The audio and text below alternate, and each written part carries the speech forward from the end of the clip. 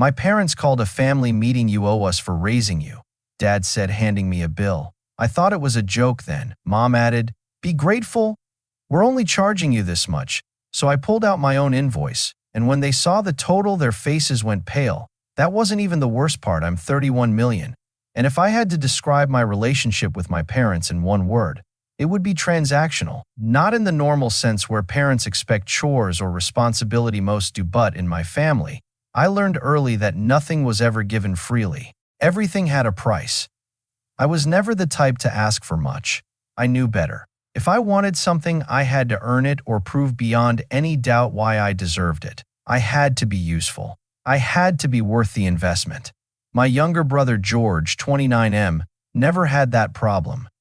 I don't think it started as blatant favoritism, at least. I don't think my parents saw it that way, but the small things added up. If I wanted a new pair of shoes, I had to save my birthday. Money or get straight A's. When George wanted new shoes, Mom just bought them. If I asked why, the answer was always something like, well, he needs them for soccer, or you're more responsible with money, you can wait. That logic followed me into my teenage years. At first, I told myself I didn't mind. I liked being independent. I liked knowing I could take care of myself. But the older I got, the more I realized it wasn't about independence at all. It was about expectations. My parents expected me to manage on my own. They expected me to struggle a little. George, though he was fragile, he needed help. It wasn't just about money. It was in how we were treated. When George forgot an assignment and failed a test, Mom comforted him and said it happens to everyone. When I missed a homework deadline once, Dad told me I was being careless and needed to grow up. When George got caught drinking at 17, Dad laughed and said, boys will be boys. When I came home 5 minutes past curfew, I was grounded for 2 weeks. I kept my mouth shut. Complaining wouldn't change anything. But I'll never forget my 16th birthday. I had been working part-time for almost a year, saving up for a car. I knew my parents weren't going to buy me one, so I was prepared to handle it myself. Still, a small part of me hoped they might help out, maybe match what I had saved, maybe surprise me with an old used car. Then, a week before my birthday, George turned 14, and my parents, who had never even offered to help with my car, bought him a brand new gaming console. I shouldn't have been surprised, but I was. I didn't say anything, but Dad must have noticed my expression because he said, we'll see about getting you a car in a couple of years, once you've proven you can handle the responsibility. That was the moment I knew they were never going to help. They didn't see me the same way they saw George, so I stopped expecting anything from them. I worked, saved, and bought my own used car at 17. I put myself through college. I moved out as soon as I could. Meanwhile, George coasted.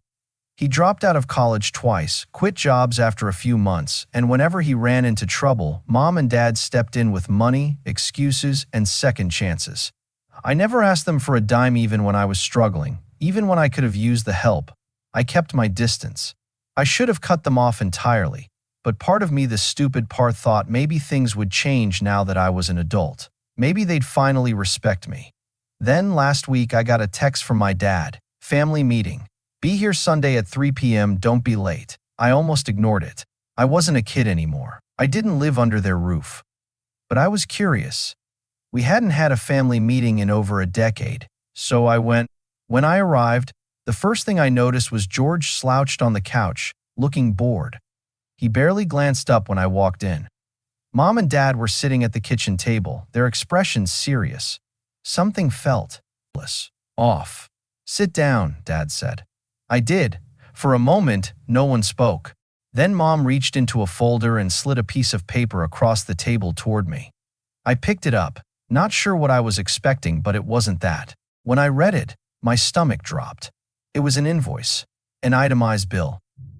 And they were completely serious. At first, I thought I had read it wrong. The numbers didn't make sense.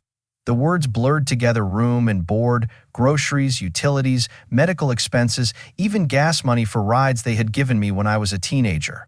The total at the bottom, $79,800. I let out a short laugh, not because it was funny, but because I genuinely thought it had to be some kind of bizarre joke. You're kidding, I said, setting the paper down. Neither of them laughed. We're not, Dad replied, his tone calm, almost patient, like he was explaining something obvious to a child. Raising a kid is expensive. We gave you a roof over your head, food, and an education. Now that you're successful, it's time you start giving back. I stared at him, trying to process what I was hearing. Mom chimed in, her voice softer but just as firm. And be grateful we're only charging you this much. If we included everything, the total would be a lot higher. I looked at George, half expecting him to crack a joke or at least roll his eyes. Instead, he just shrugged, like this was completely normal. I shook my head. You're serious? Dad exhaled through his nose, clearly losing patience. You're doing well for yourself. You have your own business, a good life. Meanwhile, we spent decades supporting you. The least you can do is help out now that you're in a position to. Something hot and bitter rose in my throat. You didn't support me, I said slowly. I worked, I paid my own way through school. I moved out the second I could. I have never once asked you for money. Dad's expression darkened. And that's why we knew you'd be able to handle this. That's when it clicked. They didn't think they were asking for this money. They genuinely believed I owed them, that I was some kind of investment they were finally cashing in on. I glanced down at the invoice again, scanning the itemized list. Some of it was absurd general parenting costs, $20,000. But what really caught my eye was a line near the bottom. Loan to cover family emergencies, $155,000. I frowned. What is this? I pointed at the line item. Mom shifted in her seat. That was when we needed money a few years ago. You covered some of the mortgage payments, remember? I remembered. They had called me out of the blue, panicked, saying they were in a tough spot and just needed a little help. I wired them the money that same day without hesitation. It wasn't a loan, I said. I gave you that money. I never asked for it back. Dad waved a hand dismissively. Well, that just shows you had plenty to spare. My fingers tightened around the edges of the paper. So let me get this straight, I said, my voice low. I'm supposed to pay. You back for things every parent is legally and morally supposed to provide for their child? Mom sighed, like I was being dramatic. You don't understand, honey. It's not about the money. It's about appreciation. We worked hard to give you a good life, and this is just a way for you to show that you value everything we've done for you. I almost laughed again, but there was no humor in it. Appreciation? For what? The years of being treated like a financial burden while George got everything handed to him? The constant reminders that I had to earn what he received for free? I had spent my entire life trying to prove I was worth as much as him, and now, sitting in that kitchen, staring at that ridiculous invoice, I finally accepted the truth. I never would be. I took a slow breath and slid the paper back across the table. No. Dad's jaw clenched. Excuse me? No, I repeated, standing up. I'm not paying you. Mom's expression tightened. We are your parents. We spent years providing for you. This is the least you can do. The least I can do? I let out a dry chuckle. I was a kid. You chose to have me. You don't get to send me a bill for existing. Mom's mouth opened and closed, her face turning red. Dad, however, just leaned back, watching me like I was some ungrateful disappointment. We always knew you were selfish, he muttered. Something in me snapped. Selfish? Me? I reached into my pocket, pulled out my phone, and scrolled for a moment. Then I turned the screen toward them. Their eyes flickered to it. What's this? Mom asked. I smiled coldly. My own invoice. It was something I had put together a long time ago, not because I ever planned to use it, but because I wanted to see, in black and white, just how much they had taken from me over the years. Money I had lent them. The $115,000 for the mortgage, the savings account they had drained to help George get back on his feet, the inheritance from my grandfather that had mysteriously vanished before I ever saw a dime. The total, let's just say it made their bill look like pocket change. Mom's face went pale. Dad's hands curled into fists. Mom's eyes darted over the numbers on my phone screen, her lips pressing into a thin line. Dad, on the other hand, barely glanced at it before shaking his head. This is different, he said, his voice clipped. I raised an eyebrow. Mom shifted uncomfortably. Because, she said, grasping for words, we're your parents. The money we took from you was to support the family. You weren't struggling, you had more than enough. I let out a sharp breath through my nose. So let me get this straight. When you spend money on me things every parent is supposed to provide, it's a debt I have to repay. But when I give you money, without ever asking for it back, it's just gone? Dad's expression darkened. Watch your tone. I ignored him. I was 18 when you took that inheritance. You told me Grandpa hadn't left me anything, but I found out later he had. Where did that money go? Mom flinched. She opened her mouth like she wanted to deny it, but she must have known that wouldn't work. Instead, she turned to Dad. He exhaled sharply, rubbing his temple. It went toward the house mortgage payments, maintenance, things you benefited from. Benefited? I repeated, letting out a humorless chuckle. I moved out at 19. I didn't see a cent of that money. But you're telling me I benefited from it? Neither of them answered. George, who had been sitting quietly the whole time, finally spoke up. Why are you being so difficult about this? He said, his voice carrying that usual irritation, like I was overreacting.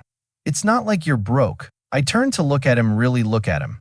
He was lounging in his chair, arms crossed, wearing a hoodie I knew for a fact Mom had bought for him. He still lived at home. He still drove a car my parents had paid for. He still got handouts whenever he needed them. Of course he didn't see the problem. I took a deep breath, forcing myself to stay calm. This isn't about the money, George. It's about the fact that they think they're owed something for doing the bare minimum as parents. Their minimum? Mom repeated, looking genuinely offended. We gave you everything. We worked hard to make sure you had a roof over your head, food, clothes. I held up a hand.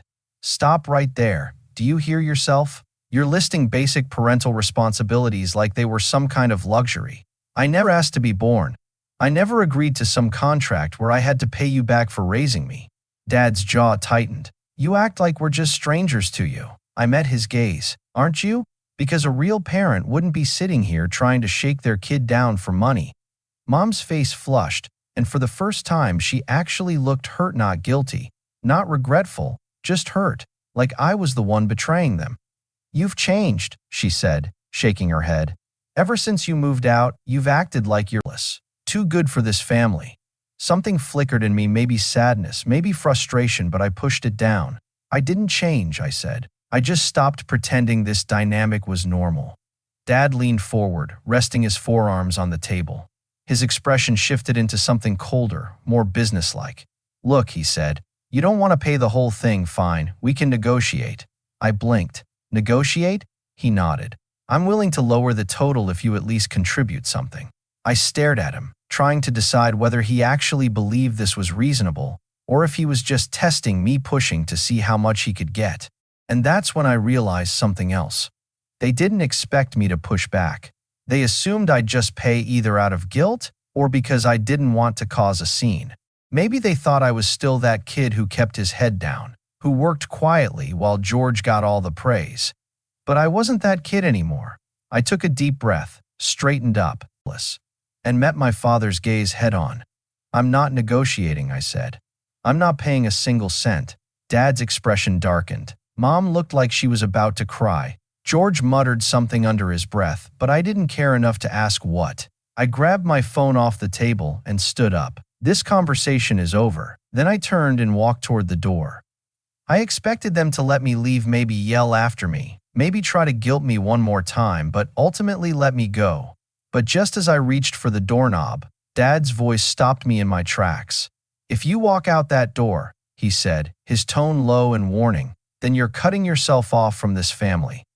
I hesitated, not because I was reconsidering, but because I realized how familiar this moment felt. This was how they had always controlled me, by making me feel like I had to earn my place in the family, by making me believe that if I didn't play by their rules, I wouldn't belong. But the truth was, I had already been on my own, for years. I turned my head slightly, just enough to glance over my shoulder. I think we both know that already happened a long time ago. And with that, I stepped outside, letting the door click shut behind me. I sat in my car for a few minutes, just staring at my phone. The screen lit up with a call from Mom, then a text from Dad. I didn't answer. I wasn't sure what they expected me to do, turn back around, apologize, hand over a check like none of this was completely insane. Instead, I tossed my phone onto the passenger seat and started the engine. I had barely pulled out of the driveway when another text came in, this time from George. "You're being ridiculous. Just pay them something and move on." I scoffed and tossed my phone face down. Of course he would say that. Paying them off wouldn't change anything. If I gave them anything, it would just open the door for more demands later. And yet, despite everything, a small part of me still felt that old familiar pull of guilt, that voice. In the back of my mind whispering that maybe I was being too harsh. But then I reminded myself they weren't asking for help. They were demanding payment, and they would never expect the same from George. That alone was enough to silence the guilt. I drove home with the whole conversation replaying in my head, every word, every look, every time Dad's expression shifted like he was still trying to figure out the best way to manipulate me. By the time I got to my apartment, I had made a decision. I wasn't just going to walk away from this. I was going to make sure they never tried something like this again. I pulled out my laptop and started going through old documents, bank transfers, old messages, even the paperwork from when my grandfather had passed. It didn't take long to find what I was looking for. A direct deposit into my parents' account for $115,000, labeled as temporary help. A message from Mom a few days later. "Thank you so much. We'll pay you back soon. Love you." And then, nothing. No follow-ups. No repayments. Just silence. I dug deeper, scrolling through old bank statements, and that's when I saw the withdrawal from my savings account. The one I had spent years building, wiped out in a single transaction. They had told me they were just borrowing it, that they needed it to help George get on his feet, that I'd get it back as soon as he was stable. That was 8 years ago.